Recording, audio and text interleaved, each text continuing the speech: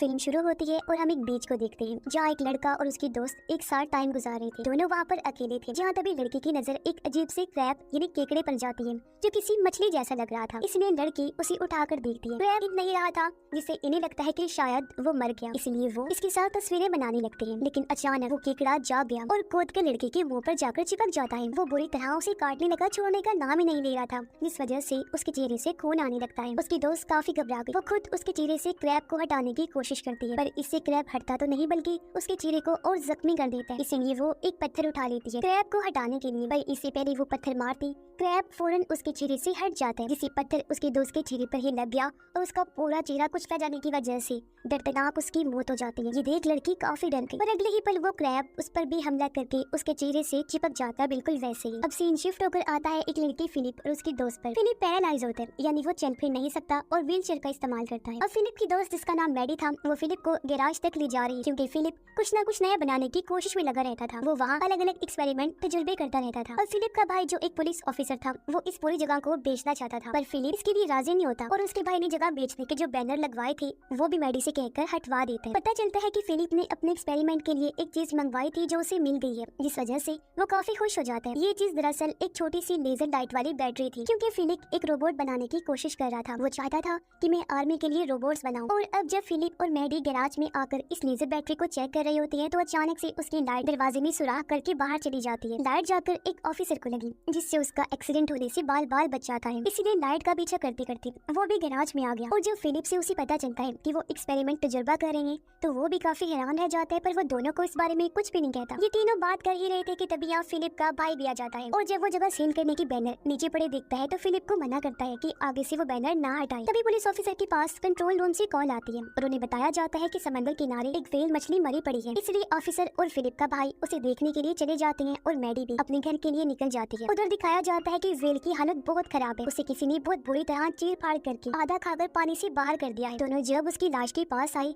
तो उन्हें काफी गंदी बदबू आ रही थी। फिलिप के भाई को लगता है कि ये शायद एलियंस का काम है, पर दूसरे ऑफिसर का कहना था कि मुझे लगता है पानी में कोई खतरनाक चीज है जो खूंखार होने के साथ साथ उसका साइज भी बहुत बड़ा है, क्योंकि उसने एक व्हेल का ये हाल कर दिया। इसलिए ये दोनों समंदर को अच्छे से चेक करने के लिए निकल जाते हैं। काम खत्म करने के बाद जब वो घर आए तो फिलिप का भाई एक वैन में जाता है। पता चलता है कि दोनों भाई इस तरह की दो अलग अलग वैन्स में रहते हैं, क्योंकि उनके पास रहने के लिए घर नहीं था तो इसीलिए उन्होंने अपना घर इसे बनाया हुआ। फिलिप का भाई जब काम पर जा रहा था तो वो एक पिज्जा का टुकड़ा खाकर वहीं फेंक देता है, पर उसके जाने के बाद एक अजीब से जानवर का पैर उस टुकड़े को उठाकर ले जाता है और वो चीज और कुछ नहीं बल्कि एक क्रैब था। अगले दिन फिलिप जब स्कूल आया तो वो मैडी के साथ अपनी क्लास में जाता है। इनकी बायो टीचर बच्चों को एक मरी हुई बिल्ली देती है जिन पर उन्होंने एक्सपेरिमेंट करना था। अब बच्चों की टीचर और कोई नहीं बल्कि मैडी की मॉम थी। क्लास खत्म होने के बाद उन दोनों के पास फिलिप का दोस्त आया जो मैडी को कहता है कि कल तुम मेरे साथ चलना। दरअसल कल इनके स्कूल में पार्टी थी, पर मैडी उसे कहती है कि आई एम सॉरी, पर मैंने तो फिलिप से वादा कर लिया है कि मैं इसके साथ आऊंगी पार्टी में। इस पर उसका दोस्त चिढ़कर वहाँ से चला जाता है। समंदर किनारे फिलिप के भाई को एक स्केलेटन यानी ढांचे का हाथ मिलता है और हमें पता चला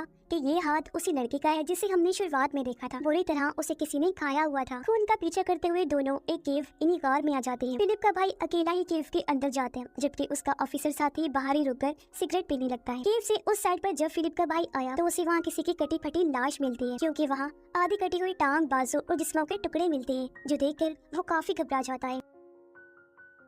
और चेक करने जब वो आगे बढ़ा तो उसी लड़की को वहाँ बैठा हुआ देखता है जिसे हमने मूवी की शुरुआत में देखा था। लड़की जैसे उसकी तरफ मुड़कर देखती है तो उसके आधे चेहरे की हालत बिगड़ी हुई थी, क्योंकि उस क्रैब ने लड़की की आधी शक्ल खाकर उसकी आंख बाहर निकाल दी थी। लड़की रोते हुए बताती है कि हमारी ऐसी हालत क्रैब्स ने की है। फिलिप के भाई की उसकी ऐसी हालत देखकर तबीयत खराब हो गई, वो काफी घबरा जाता है। रात को फिलिप का दोस्त एक गैराज में अपने दोस्तों के साथ बैठकर शराब पी रहा था और बातें कर रहा था, पर अचानक एक केकड़ा उसके एक दोस्त के चेहरे पर बिल्कुल वैसे चिपक जाता है, बुरी तरह उसे खा जाता है। ऐसे उसने दूसरे पर भी हमला कर दिया और दोनों को क्रैब मार डालता है। पर ठीक टाइम पर फिलिप का दोस्त अपनी जान बचाकर वहाँ से भाग निकलता है। रात को फिलिप जब गैराज में बैठकर काम कर रहा था तो तभी यहाँ उसका भाई आकर उसके काम को देखने लगता है। फिलिप अपने भाई को भी वो लेजर लाइट वाली बैटरी दिखाता है और बताता है कि ये बहुत पावरफुल चीज है। यहाँ फिलिप ने अपने लिए एक डिवाइस बनाई थी ताकि वो चल फिर सके। फिलिप लेजर बैटरी को डिवाइस पर लगाकर जैसे ही खुद पर लगाता है सच में वो चलने लगते हैं, पर बदकिस्मती से उसके डिवाइस में कमियां होने की वजह से वो अभी ठीक से काम नहीं करती और बंद हो जाती है, जिससे फिलिप को काफी मायूसी होती है। इसलिए वो अपने एक्सपेरिमेंट के फेल होने की वजह से गुस्से में वहाँ से बाहर आ जाता है। तभी यहाँ पर मैडी भी अपनी मॉम के साथ आ जाती है, क्योंकि वो फिलिप से मिलने आई थी। लेकिन जब फिलिप फिर भी नहीं रुकता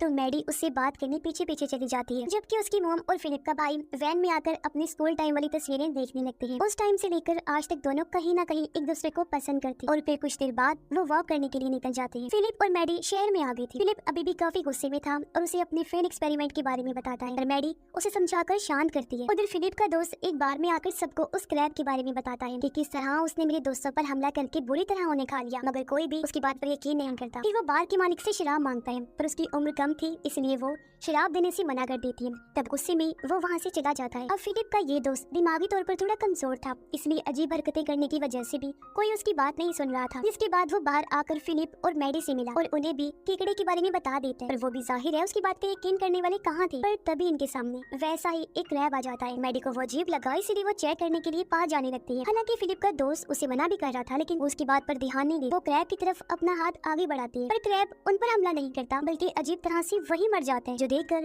तीनों काफी हैरान रह जाती है। साथ ही वो फिलिप के दोस्त को समझाते भी हैं कि देखा तुमने, उसने हमें कुछ नहीं कहा। जिसके बाद मैडी और फिलिप वहाँ से घर के लिए निकल जाते हैं। वापिस आकर फिलिप और उसका भाई अपनी अपनी वैन्स में सोने के लिए चले जाते हैं, जबकि मैडी अपनी मॉम को फिलिप के गैराज में लेकर गई और उसके गैजेट्स, मशीन्स, डिवाइसेस दिखाती है। उधर फिलिप का दोस्त अभी तक उस मरे हुए केकड़े के सामने खड़ा था। वो उसे बुरा भला कहकर उसके साथ बदतमीजी करने लगता है। तभी हम देखते हैं कि उस केकड़े के अंदर से अजीब सा क्रिएचर निकलकर उस पर हमला कर देते हैं, जिससे उसकी हालत काफी खराब हो गई। और यहाँ हम समझ पाते हैं कि ये क्रैब्स मरने के बाद किसी दूसरे क्रिएचर में बदल जाते हैं। सुबह ऑफिसर किश्ती पर बैठकर मछलियाँ पकड़ रहा होता है, जहाँ उसे भी पानी से केकड़ों की आवाजें आने लगती है, जिससे वो काफी डर जाता है। अपनी वैन में फिलिप पार्टी में जाने के लिए तैयार हो रहा था। उसका भाई भी तैयार हो गया था, क्योंकि वो भी फिलिप के साथ पार्टी में जाने वाला था। कुछ ही देर में ये पार्टी वाली जगह पर पहुंच जाते हैं। फिलिप यहाँ अपनी वही चलने वाली डिवाइस लगा कर आया था, जो पहले काम नहीं कर रही थी, बंद हो गई थी, पर अब वो ठीक से काम कर रही थी, जिससे फिलिप चल पा रहा था। और जब मैडी उसे चलता हुआ देखती है तो वो बहुत खुश हो जाती है। असल में कल रात जब मैडी अपनी मॉम को गैराज में लेकर गई थी, तो उन्होंने ही इस डिवाइस को ठीक करके चलने के काबिल बनाया था। और अब यहाँ मैडी और फिलिप डांस करने लगते हैं, जबकि फिलिप का भाई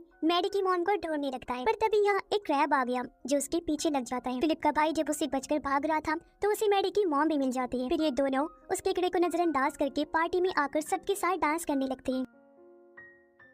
कुछ देर बाद पार्टी में म्यूजिक वाले लड़के के पास वो केकड़ा आ जाता है। वो अचानक उस पर हमला करके मुंह से चिपक जाता है और बुरी तरह उसे खाने लगता है। वो लड़का चिल्लाने लगा। सारे लोगों का ध्यान जब उसकी तरफ गया तो वो भी काफी घबरा जाते हैं। मैडी की मॉम केकड़े को देखने के लिए आगे बढ़ी, पर तभी एक दूसरा केकड़ा उन पर भी हमला कर देता है, लेकिन वो पूरी तरह चिपका नहीं था और पहले ही फिलिप का भाई उसे अलग करके दूर फेंक देता है। फिर वो सब लोगों को बाहर जाने का कहता है। वो लोग जैसे बाहर की तरफ जाने लगे, यहाँ बहुत सारे केकड़े आ जाते हैं, जो सब पर हमला करके बुरी तरह नोच नोच कर उन्हें खाने लगते हैं, जिससे वहाँ भगदड़ मच जाती है। पर बचे हुए लोग उन केकड़ों पर जवाबी हमला करते हैं और सभी को मार गिराते हैं। पर अचानक उनके सामने एक केकड़ा आकर बड़े से क्रिएचर में बदल जाता है। वो क्रिएचर काफी खतरनाक दिख रहा था, जिसे देखकर लोगों की हालत खराब हो गई और एक बार फिर वो भागने लगते हैं। फिलिप का भाई बाकी सबको और फिलिप को लेकर किसी सेफ रूम में जाने लगता है, पर तभी वो डिवाइस खराब हो जाती है, जिससे फिलिप नीचे गिर जाता है और अब उसे बिल्कुल चला नहीं जा रहा था। उसका भाई उसे लेकर जाने लगा, पर तभी वो क्रिएचर इनके सामने आ जाता है और इन लोगों की तरफ ही बढ़ने लगता है। फिलिप क्रिएचर को अपनी तरफ आता हुआ देखकर अपने भाई को कहते हैं, भाई भाग जाइए यहाँ से। पर उसका भाई ऐसे फिलिप को छोड़कर नहीं भाग सकता था,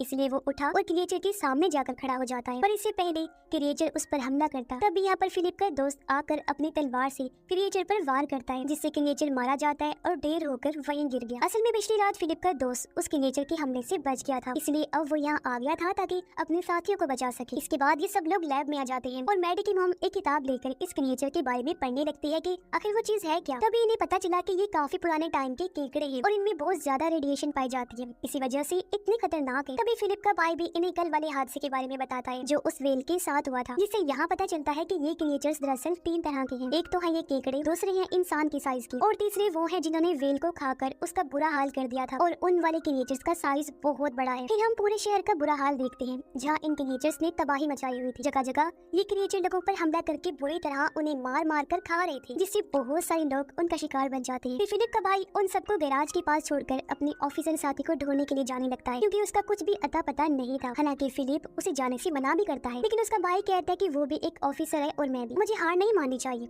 उसे ढूंढने जाना चाहिए। इतना बोलकर वो निकल जाता है। वो सब लोग गैराज में आकर बातें करने लगते हैं कि आखिर इन क्रिएचर से छुटकारा कैसे पाया जाए। फिलिप को यकीन होता है कि मैं कुछ ऐसा बना लूंगा जिससे हम उन क्रिएचर्स का खात्मा कर सकते हैं, और बस फिर वो अपने काम पर लग जाता है। फिलिप का भाई ऑफिसर के घर आया उसे देखने, पर अचानक यहाँ क्रिएचर आकर उस पर हमला कर देते हैं, जिससे ऑफिसर का बुरा हाल हो गया। वो खून में लथपथ हो गया, मौके पर ही उसकी मौत हो जाती है। फिर वो क्रिएचर फिलिप की बाइक पर भी हमला करने वाला होता है, लेकिन वो अपनी जान बचाकर बाहर आ जाता है। गैराज के बाहर भी बहुत सारे क्रिएचर्स आ गए थे, जिन्हें मारने के लिए फिलिप का दोस्त बाहर आ जाता है और वो उन सबका ध्यान अपनी तरफ करके उन्हें अपने पीछे लगा लेता है, जबकि मैडी की मॉम और बाकी लोग भी कुछ क्रिएचर्स को मार गिराते हैं। दूसरी तरफ हम समंदर में उसी बड़े से क्रिएचर को देखते हैं जिसने वेल को खाया था, और अब खतरे वाली बात ये थी कि वो शहर की तरफ बढ़ रहा था। अब जैसे ही सुबह होती है, फिलिप एक काफी बड़ा रोबोट बना देता है जो काफी पावरफुल था, ताकि वो उस बड़े वाले क्रिएचर को हरा पाए। फिलिप खुद ही उस रोबोट के अंदर बैठकर उसे कंट्रोल कर रहा था, चला रहा था। तब तक वो बड़ा क्रिएचर भी समंदर से बाहर आ गया था और फिलिप उसके पास जाकर लड़ने लगता है। वो उसे जोर से मुक्का मारता है। फिलिप ने और भी कई सारे वार किए, लेकिन क्रिएचर भी काफी ताकतवर था,